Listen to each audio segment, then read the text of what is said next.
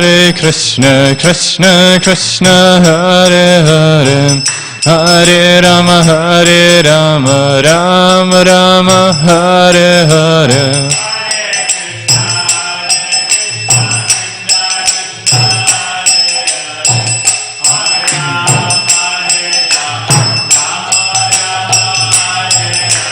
Hare Krishna, Krishna Krishna, Hare Hare, Hare Rama, Rama Rama, Hare Hare.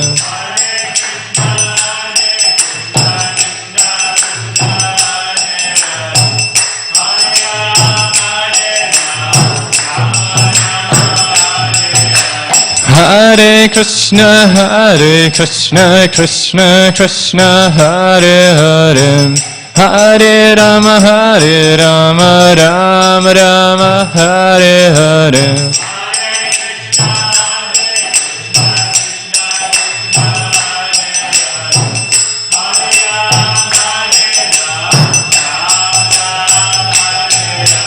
Hare Krishna, Krishna Krishna, Hare Hare, Hare Rama, Rama Rama, Hare Hare.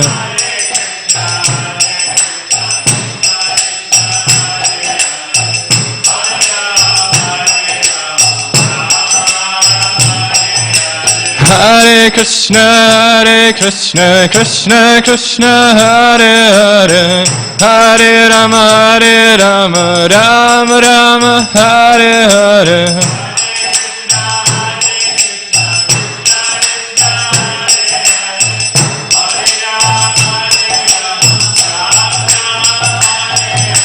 Hare Krishna, Krishna Krishna, Hare Hare, Hare Rama, Rama Rama, Hare Hare.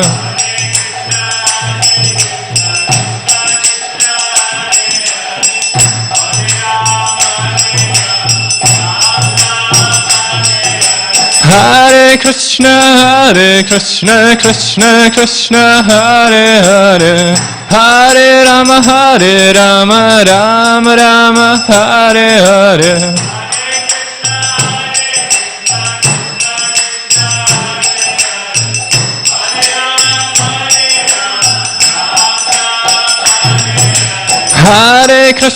Hare Krishna, Krishna Hare Hare, Hare Rama, Rama Rama, Hare Hare.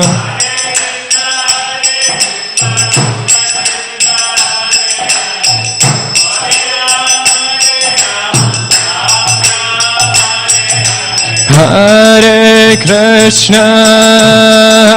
Krishna, Krishna Krishna, Hare Hare, Hare Rama, Rama Rama, Hare Hare.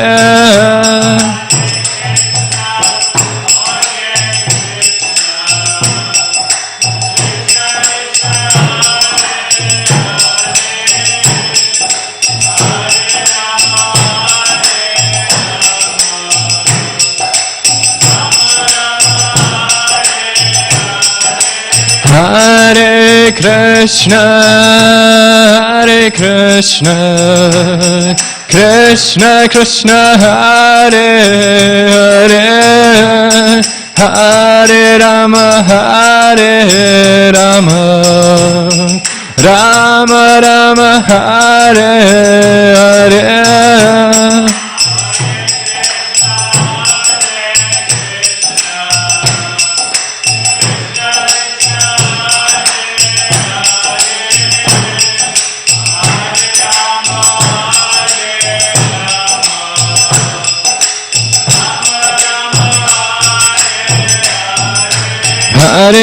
Hare Krishna, Krishna Hare Hare, Hare Rama, Rama Rama, Hare Hare.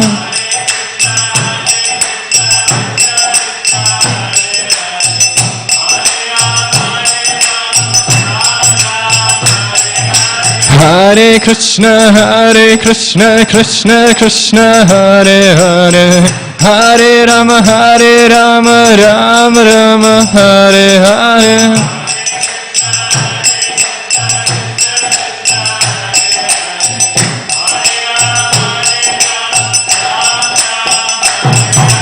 Hare Krishna, Krishna Krishna, Hare Hare, Hare Rama, Rama Rama, Hare Hare.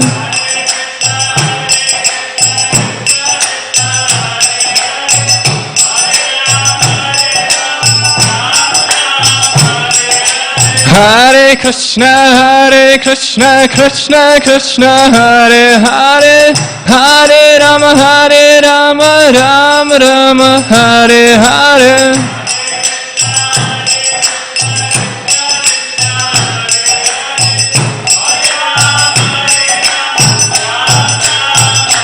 Jaya Radha Gopinata, Radha Gopinata, Shri Radha.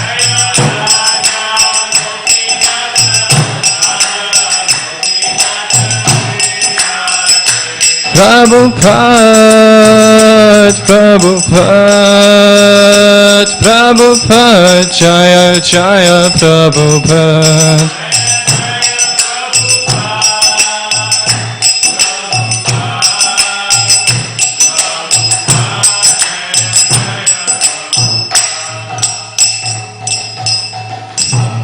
Cham Vishnupad Param Swaraj Pachara Shratar Shata Swang Grace Abhaicharan Bhaktivedanta Swami Srila Prabhupada Ki Jai. Cham Vishnupad Param Swaraj Pachara Shratar Shata Swang Grace Bhaktisiddhanta Saraswati Goswami Maharaj Srila Prabhupada Ki Jai. Ananta Koti Vaishnavinda Ki Jai. Grantaraj Srimad Bhagavatam Ki Jai. Nitya Gaura Premanandi Hari Hari Bol.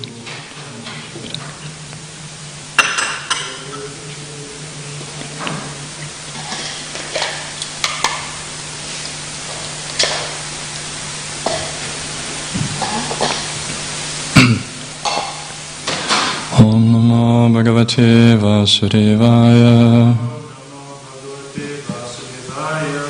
Om Namo Bhagavate Vasudevaya. Om Namo Bhagavate Vasudevaya. Hare Krishna, today we are reading Srimad Bhagavatam, Canto 3, Chapter 6, Text 5. Parena Vishata Svasmin. Parena Vishata Svasmin. Matraya Vishvasrikanaha. Matraya Vishvasrikanaha. Chukshopan Yam Asadya. Chukshopan Yam Asadya.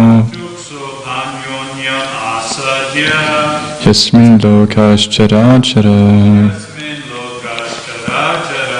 Yasmin Lokascharachara. Parena Vishata Svasmin. Matraya Vishvasrikanaha. Chukshopan Yam Asadya. Yasmin Lokachara. Parena Vishata Svasmin. Matraya Vishvasrikanaha. Chukshopan Yam Asadya. Yasmin Lokachara.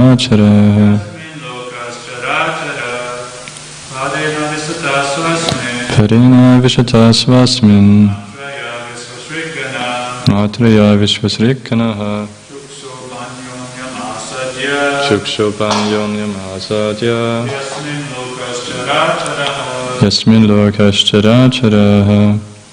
Parena, by the Lord, Vishata, thus entering, Swasmin, by his own self, Matraya, by a plenary portion, Vishvasrik, the elements of universal creation,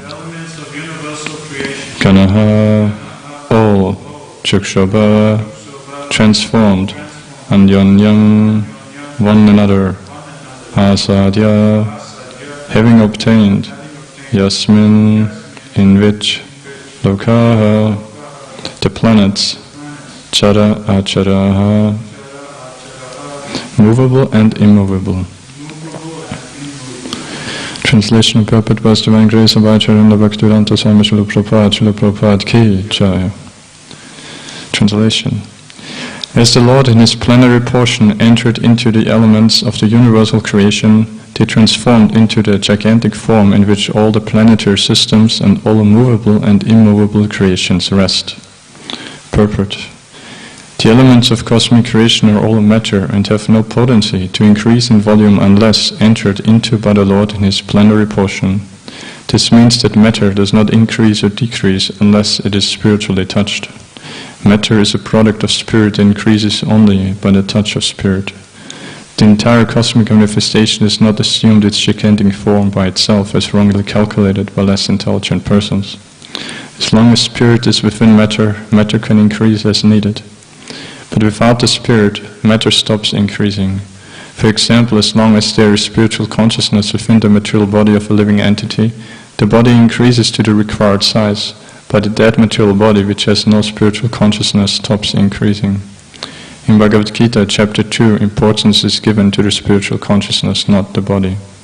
The entire cosmic body increased by the same process that we experience in our small bodies.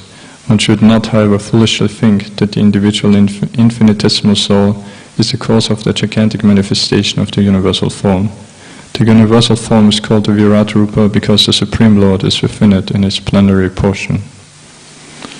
Om Kyanati Vrandasya Kinanchana Sharakya Chakshuram Vidatam Yena Tasma Shri Gurave Namaha Shri Chaitanya Manapishtam Stapitam Yena Bhutale Swayam Rupa Kadamayam Dadati Svapadantikam Vandeham Shri Guru Shri Utabhakamalam Shri Gurun Vaishnavamscha Shri Rupam Sagrashatam Sahaganaragunatam Vitamtam Sachivam Sadvaitam Savatutam Parichana Saitam Krishna Chaitanya Devam Shri Radha Krishna Balan Sahagana Lalita Shri Vishakhan Vitamscha He Krishna Karuna Sindhu Dina Bandhu Jagatpati Gopesha Gopika Kanta Radha Kanta Namastate Tapta Kanchana Gaurange Radhe Vrindavaneshwari Vrishabhana Sute Devi Pranamami Hari Priya Pancha Kalpaturabhasya Kripa Sandhyabha Evacha Patitanam Pavarebhyo Vaishnavebhyo Namo Namaha Jai Shri Krishna Chaitanya Prabhu Nityananda Shri Advaita Gadadhara Shri Vasari Gaura Bhaktarinda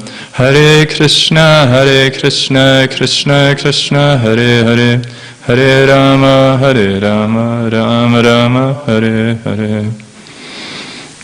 Hare Krishna. Welcome to Srimad Bhagavatam class. So we are hearing Maitreya Muni speaking to Vidura here about the universal form in the context of creation that we have heard already in the previous chapter.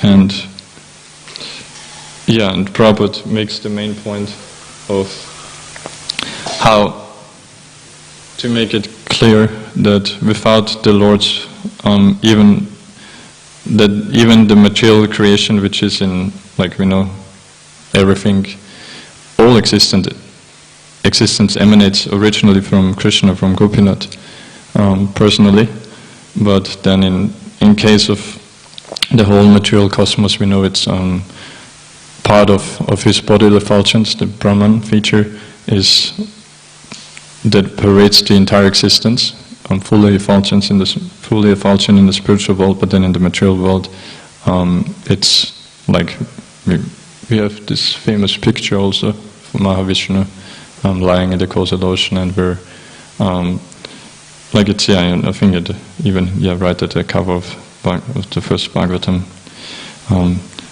canto.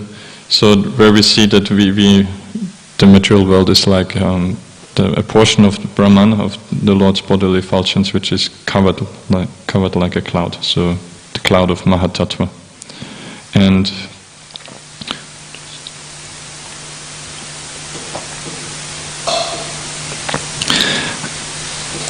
But so it is, that's his, obviously the Lord's impersonal feature, the Brahman, his bodily effulgence, and then a portion of that is, sub-portion is the Mahatattva.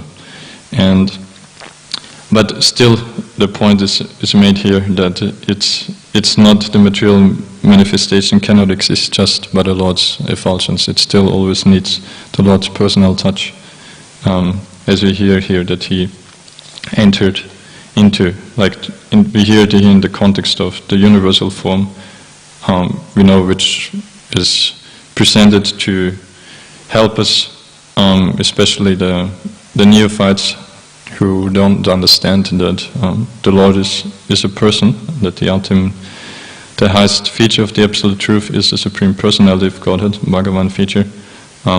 For them especially, as we heard already in the second canto, how the universal form is meant to help for that, to even think of the material cosmos as not as impersonal, but as relating everything to the Lord's person, like we know, like the trees as visualizing as the Lord's hairs and all those things, and even the different planetary systems. So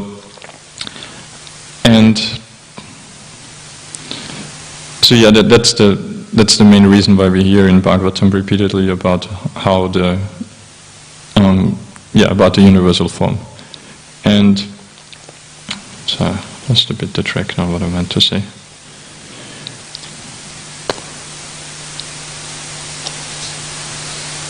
I'm going to come back to that after. But yeah, so Prabhupada in the Prabhupada discusses in general, like how not on that was my point, that in the universal form we hear described how in the different features how the Lord enters and activates everything, and Prabhupada talks on the Prabhupada here in general about how that matter doesn't have any potency without the Lord entering into it in his plenary portion. So in his plenary portion we know is as the super soul, that we know that even but to speak of all living entities, where the Lord enters into the heart of, even no atom could exist without the Lord being present as the super soul. And that also, I think I remember Dhruva Maharaj in his prayers, when he got the darshan of the Lord after his tapasya, in one of the prayers he also mentions a similar point about the Lord's presence. Because I remember I think it's in these prayers where it's mentioned the Lord here. Yeah. Oh no, that was not after he, as a boy, but rather that it was later. Swayambhuva Manu speaking to Dhruva Maharaj after Dhruva Maharaj had retaliated of his brother Uttama being killed by one of the yakshas. So then Dhruva Maharaj went out and attacked the yakshas and killed like many of them. And so at that point then Swayambhuva Manu came to Dhruva Maharaj and appealed to him to, please stop this killing, because after all it was only one yaksha who killed your brother, so you can't, it's improportionate then to just kill so many of them who are innocent. And then one of the points he made, to argue against Dhruva Maharaj's killing, was that the Lord is the abode of every living being, or rather, in that way then also the living being is every body we know is an abode of the Lord. So he used the word Bhuta Avasam, that the Lord is Bhuta Avasam. Bhuta means of all existence, and Avasam means the abode. And Prabhupada explains there that the material bodies of all living entities cannot exist unless sheltered by the spirit soul and the super soul. So again, the same point that even there's no question of a material body just existing without a soul. We know that's at the time of death, and then the body immediately starts decaying. Like Prabhupada mentions in purport today, that otherwise, if there is a soul, if there's life, then we see then there's growth. There's no, like, even though we do compare the bodies to a machine, like Krishna himself in Bhagavad Gita, to a yantra, also what Isvaresvar Bhutanam Ritisya Chunatishrati Brahmayan Sarabhutani Yantra Rudani Mayaya. That yes, we should understand that this body, we are not the body, so rather we are situated as the spirit soul within this body, and the body is just a product of material nature and is moved by the modes of material nature. And yes, so we need to understand that, but at the same time also that bodies only exist because of the souls, because of the super soul and the individual souls who want to enjoy in those bodies. And so in that way, like Prabhupada explains in this purport, in the Dhuru Maharaj section, that there's no material bodies of living entities, rather they cannot exist unless sheltered by our spirit soul and the super soul. And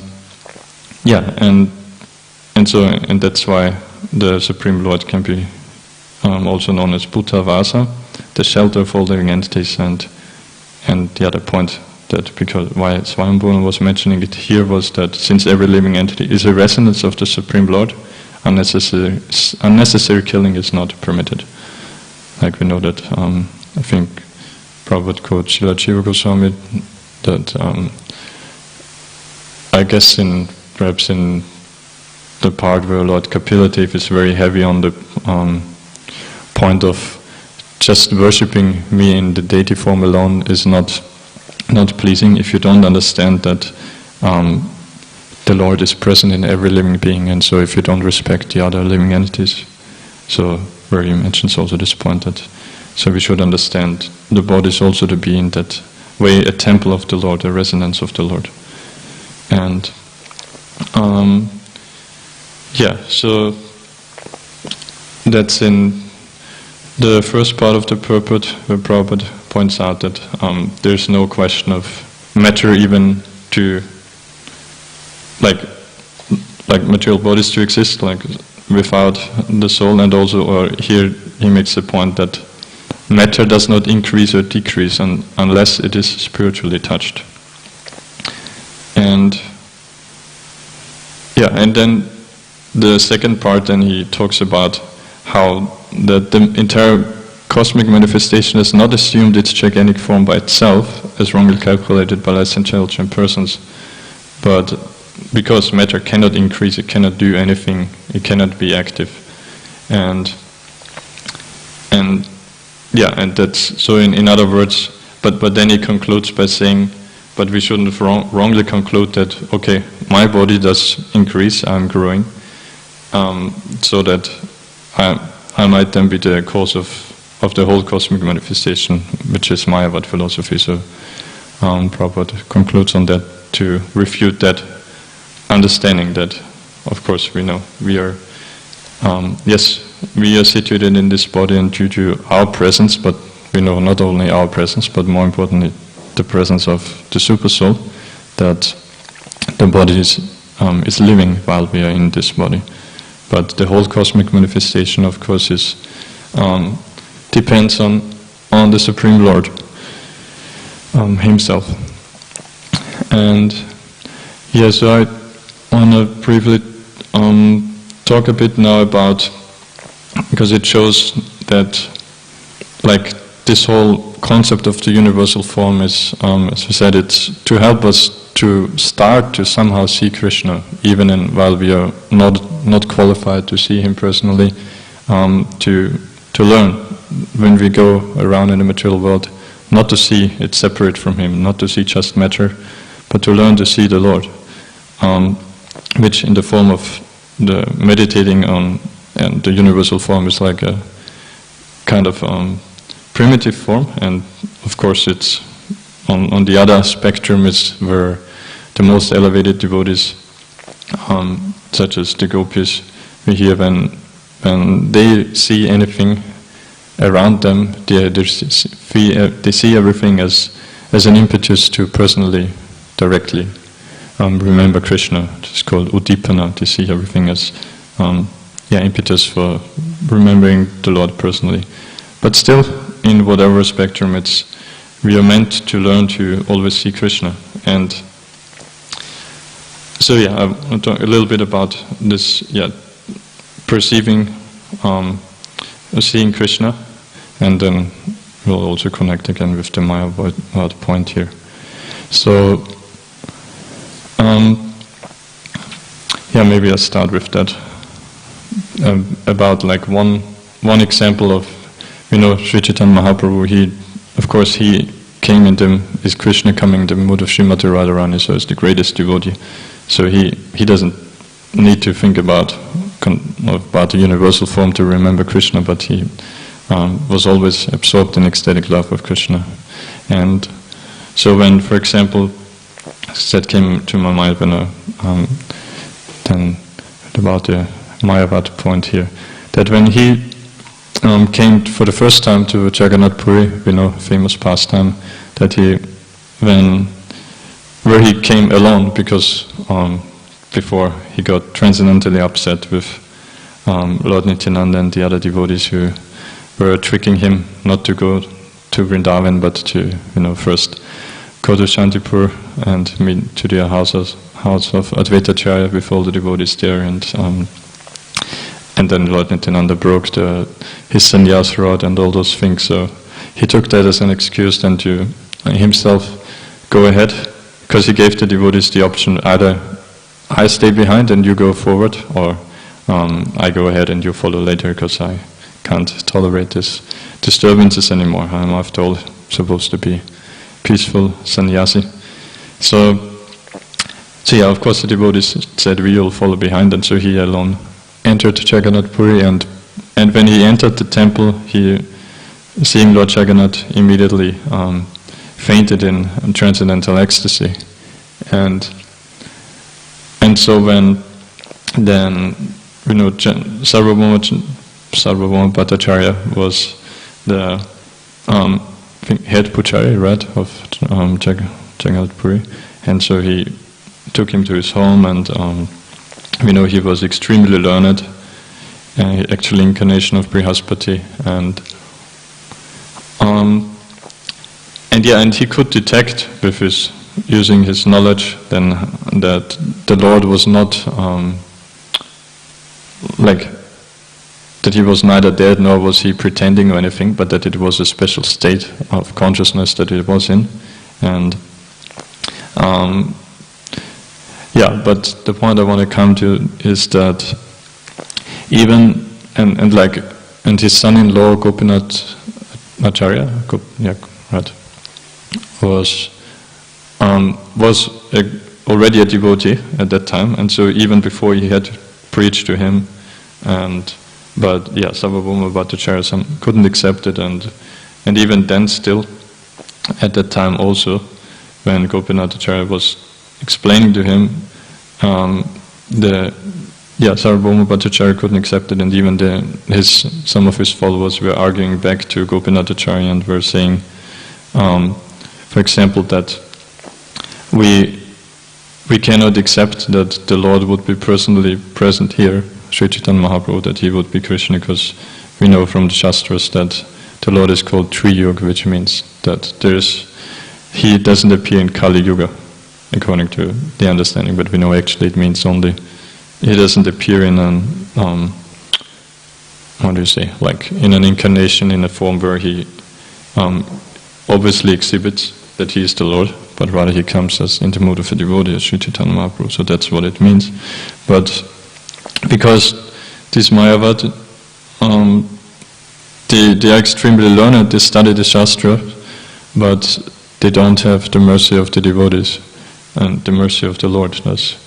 And so that's why even we see there that they are so learned, but still the Krishna is there right before them, but they can't see Krishna. They can't understand that this person is Krishna. And of course, Sarvabhauma Bhattacharya then gets the mercy of the Lord later, that, Sri Chaitanya Mahaprabhu, he goes to the extent of sitting down and listening for 7 days to his Mayavad preaching, just so that he could then eventually get around and preach to him the real Vedanta. And so then when, of course, Sarvabhauma Bhattacharya gets convinced and surrenders to the Lord, and composes beautiful prayers and all of that. And even so much so that then soon after, that there's an instance where Sarvabhauma Bhattacharya is like so averse then to Mayavad philosophy, to that wrong understanding of denying the Lord's personal existence, that he, even one of the famous prayers of Lord Brahma, I think it's the Tatyana Kumpam Susamvikshamano verse, which ends with Chiveta Mukti Pade Sadaya Bhagrat. So where he changes the Mukti Pade to Bhakti Pade, because Mukti in general understanding, people think of that as impersonal liberation, and so he of course gets in the pastime completely to the other side of one of the greatest devotees of Sri Chaitanya Mahaprabhu. But the point there is that of seeing Krishna, that it doesn't, it's not possible to see Krishna without his mercy, without the mercy of the devotees. Otherwise, we come to this, even though it doesn't make, it's not logical, like in today's Prabhupada Day in Prabhupada out that it seems for devotees even kind of, how could you even think of that I'm the cause of this whole manifestation?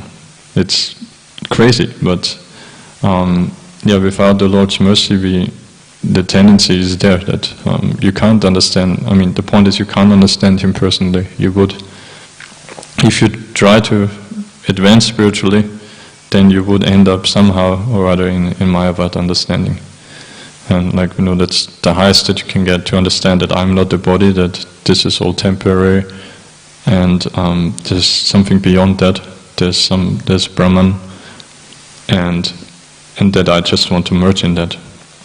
But this doesn't enable us to see the Lord, even if He's right before us. And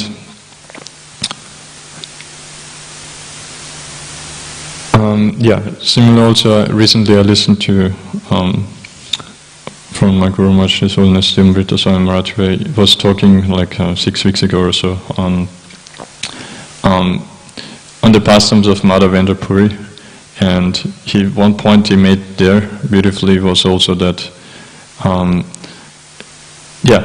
seeing Krishna is not in our control, even for pure devotees. Of course, we know that's then different,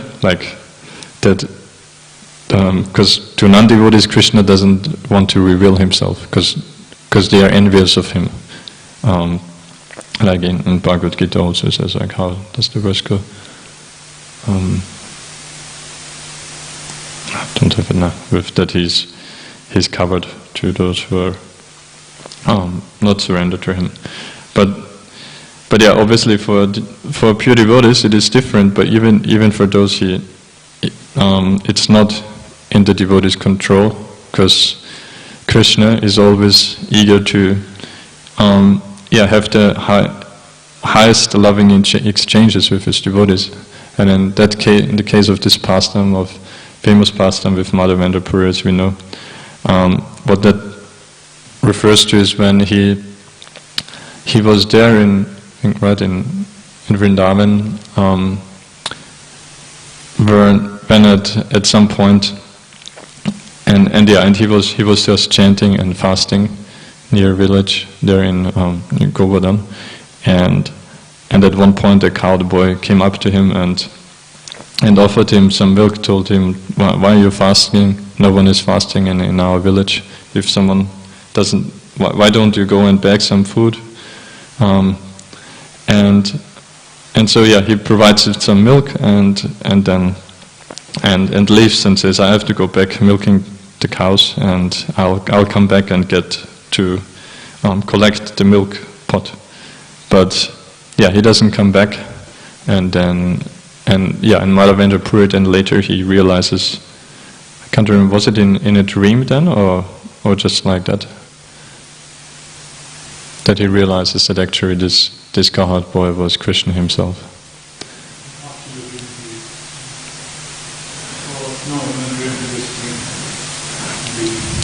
Yeah, I can't remember, because he gets a dream then of Gopal also, where Gopal instructs him that I'm in this bush and take me out of here. But I think even before he would have realized that maybe that it was Krishna and was. But anyway, the point here was that, of course, when he realized then that actually it was Krishna, that he regretted and was thinking, oh, like how fallen am I that I am not able to recognize my Lord right before me, and took service from him. But of course we know Madhavendra Puri is like one of the most elevated devotees. It's mentioned in CC that I think like this this famous verse there with of Srimati Radharani lamenting. Can't remember, but yeah, that only she can understand Sri Chaitanya Mahaprabhu, of course, who is Krishna in the mood of Srimati Radharani, and Madhavendra Puri. I think only those three persons are mentioned. Anyway, the point is that he's extremely elevated in ecstatic love of Krishna, and also like that, it's mentioned that the ecstatic love recently came only to deserve through him actually. That Mahaprabhu sent him first. Of course we know it comes from Sri Chaitanya Mahaprabhu, but he sent his devotee Madhavendra Puri first, and then from him, like it said, like it's given to Isvaresvar Puri, and then Mahaprabhu himself took it. Also again exhibiting this point that the importance of disciplic succession, that even he himself, Krishna took a spiritual master Sandipani Muni, and also Sri Chaitanya Mahaprabhu took spiritual master Isvaresvar Puri. So how the seed of bhakti, of ecstatic love has come and was and is passed on through the disciplic succession. But yeah, so the point here is that actually, so we know actually he was fully qualified to see Krishna, but Krishna chose that he didn't want him to see him, to understand that it is Krishna. He just, because Krishna, he many times he enjoys for his pure devotees, he enjoys to serve them more than receiving service from them. So that's what he did in that case. He enjoyed coming there as a cowherd boy and serving his devotee, giving him milk, and giving him relief from his austerities there.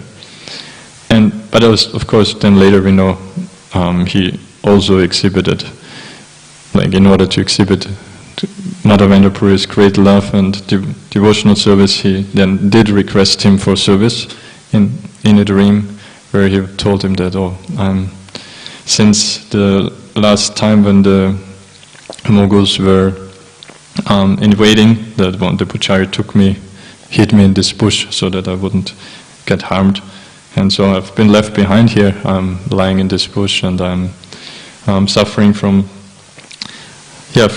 sometimes great heat, sometimes cold, rain, and all of that. So he puts himself in a position of, I depend on your service, Madhavendra Puri. So please take help from some villagers, take me out of this bush, and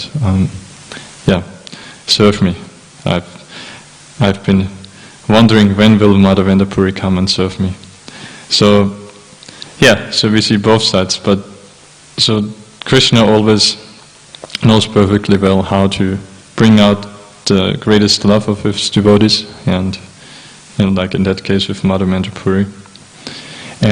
But now coming back to the point, like Guru Maharaj was mentioning, that this significance that our perception is not in our control. Like we know, first of all, like many times we heard Srila Prabhupada saying that actually this seeing, we are so much attached to it in our conditioned material life that we give so much importance to our eyes. But like Guru Maharaj was mentioning, like one reason for that is that because we are full of lust, and so that's the quickest way where we can always get so many impressions and like for material enjoyment through your eyes. But like Prabhupada mentions that it's much more important to perceive through hearing rather than seeing. But even in terms of seeing with our eyes, Guru Maharaj gave there a few nice other examples of how even not only for the non-devotees who can't see Krishna because he doesn't reveal himself, but even for devotees sometimes he chooses not to reveal himself for the sake of love.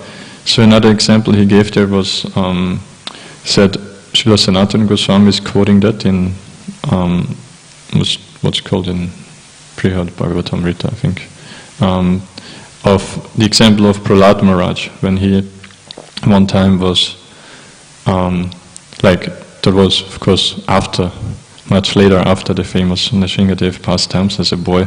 So when on the order of Lord Nrsingadev he ruled the earth and as a king, and so one time when he was passing a thing in Naimisharanya, he saw one person who was dressed like a renounced person, mendicant, but at the same time carrying a bow and arrow. And so as a dutiful Kshatriya king, he doing that as his devotional service for the Lord. He immediately, of course, thought, well, what is this? I have to do something about it. I can't, in proper Varnashrama Dharma, the king has to make sure that all the citizens are actually following the principles of their Varna and ashram. And so of course then he thought, well, either he should be following, being in the renounced order, or he should be following being a Kshatriya. So he challenged him, and then they ended up fighting for a long time. I can't remember how long, but a long fight.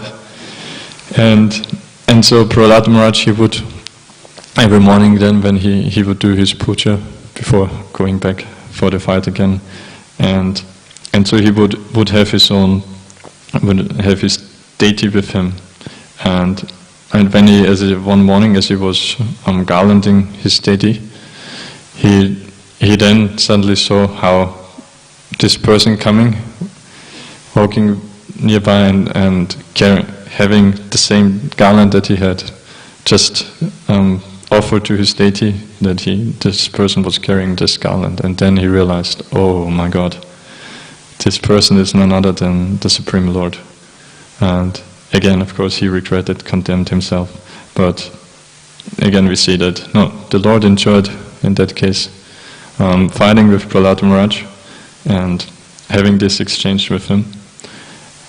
And yes, Prahlad Maharaj. And the other example he gave, another famous example, is that of Bilva Mangal Thakur, because we know also similar like with Madhavendra Puri when he was. We know Bilva Mangal Thakur at that time he was physically blind because he had poked out his eyes. We know the past time when he was regretting his getting agitated by lust. So then he blinded himself, and so he was for the rest of the life. Then he was blind, but he was then became a very elevated devotee, and so when he similarly one time the Lord, I think not just one time, like he regularly also supplied him. Or I can't remember exactly. Was it like I think he did help him advise how to find the best places and everything there in Vrindavan. But in any case, again, it was that the Lord wanted to serve his pure devotee, and Bilva Mangal Thakur then at some point later realized that was Krishna. And so that's in terms of like seeing the Lord, and that this discussing the universal form is also meant to help us with this to learn to see Krishna everywhere and to use everything as an impetus to remember the Lord, because that's, that's the prime instruction of the Shastras, to always remember Krishna, never forget Him. So yeah, if you have any question or comment. Grantharachima Bhagavatam ki jai. Srila Prabhupada ki jai.